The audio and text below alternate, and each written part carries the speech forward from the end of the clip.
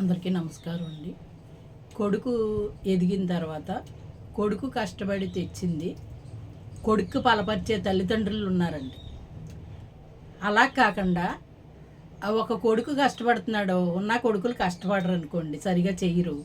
సరిగా చేయనప్పుడు ఇతను కష్టపడి ఎక్కడి నుంచో పంపించిన డబ్బులన్నీ పోగు చేసి ఈ తల్లిదండ్రులు ఉన్న వాళ్ళందరికీ వాటాలు పంచేలాగా ఎక్కువ సంపాదన సంపాదించి పెట్టటం.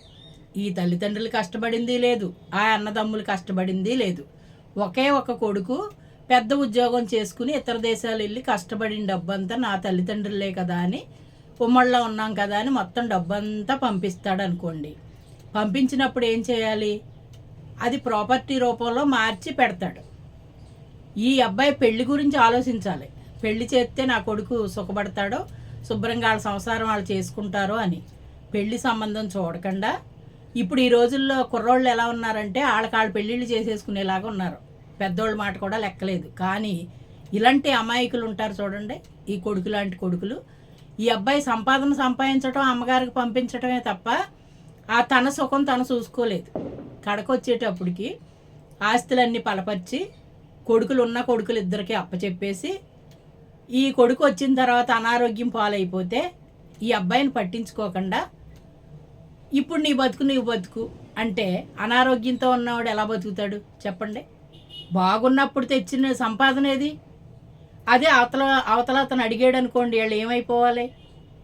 పెళ్లి చెయ్యాలి, వాళ్ళకు సంసారం అప్పచెప్పాలి, తన సంపాదననే కొంత వాడుకున్నా కొంత అబ్బాయికి చూపించాలి. అది తల్లిదండ్రులు చేసే న్యాయం, ధర్మం. అది కాకుండా వచ్చింది వచ్చినట్టు తనకిష్టమైన కొడుకులకి, తల్లిదండ్రులకు కూడా బిడ్డల మీద ఒలిపచ్చం అయితే బిడ్డలు ఎలా చూస్తారండి రేపొద్దుట? మనం ఏమనుకుంటున్నాం? తల్లిదండ్రులను పట్టించుకోవట్లేదు, చూడట్లేదు అనుకుంటున్నాం. కానీ ఇలాంటి తల్లిదండ్రులు ఉంటే ఆ బిడ్డలు ఎలా పట్టించుకుంటారు? అందుకోసం ఇలాంటి వాళ్ళని చూసి అవతల వాళ్ళు కూడా, మంచి వాళ్ళు కూడా చెడ్డగా తయారవుతున్నారు.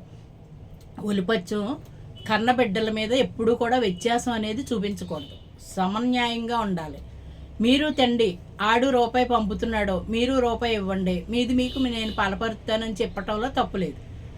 ఈ కొడుకులను రికాయంగా వదిలేసుకుని కష్టపడినోడు రూపాయలన్నీ ఖర్చు పెట్టేసి కడకొచ్చేటప్పటికి ఏమైపోయినాయి లేవు అని అంటే కష్టపడిన వాళ్ళకి ఎలా ఉంటుంది? అప్పుడు ఈ తల్లిదండ్రులు వాళ్ళు చూస్తారండి? చూడరు కదా. అది ఆ అబ్బాయి ఆవేదన. ఆ అబ్బాయి ఆవేదన అంటే దానికి ఒక అర్థం కూడా ఉంది. ఎక్కువ సంవత్సరాల నుంచి కష్టపడుతున్నప్పుడు, సగం వయసు వచ్చేస్తున్నప్పుడు కొడుకు పెళ్లి చెయ్యాలి.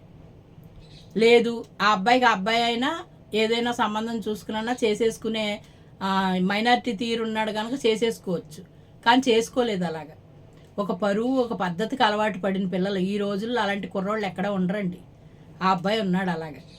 నాకు తెలిసి వాళ్ళ పరిస్థితులు ఇప్పుడు ఎలా ఉందంటే జుట్టు పట్లు పట్టుకుంటున్నారు ఇంట్లో.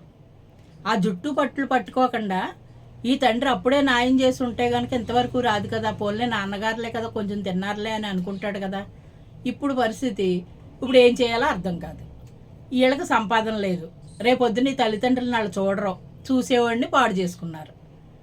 తల్లిదండ్రులు ఒలిపచ్చం అలా ఉండకూడదు కదండి. నేనేమంటానంటే, ఇప్పుడు ఆ అబ్బాయి కష్టపడ్డాడు, తెచ్చినప్పుడు వీళ్ళని కూడా రూపాయి తెమ్మని, 2 రూపాయలు ఇతను తెచ్చింది, రూపాయి ఆళ్ళ తెచ్చింది కలిపి ప్రాపర్టీలు కొని ఎవరిదాళ్ళకి ఇచ్చినా కానీ పద్ధతిగానే ఉంటుంది, కలిసి ఉమ్మడిగా ఉన్నారు కనుక. అసలు ఈ రోజుల్లో అలాంటి పిల్లలే లేరు. మనం చూస్తున్నాం కదా ఎన్ని గొడవలు అవుతున్నాయి, ఎలా ఉంటున్నారో. అలాంటి వాళ్ళని పాడు చేసుకుంటున్నారు తల్లిదండ్రులు అంటున్నాను నేను. మీరేమంటారు చెప్పండి?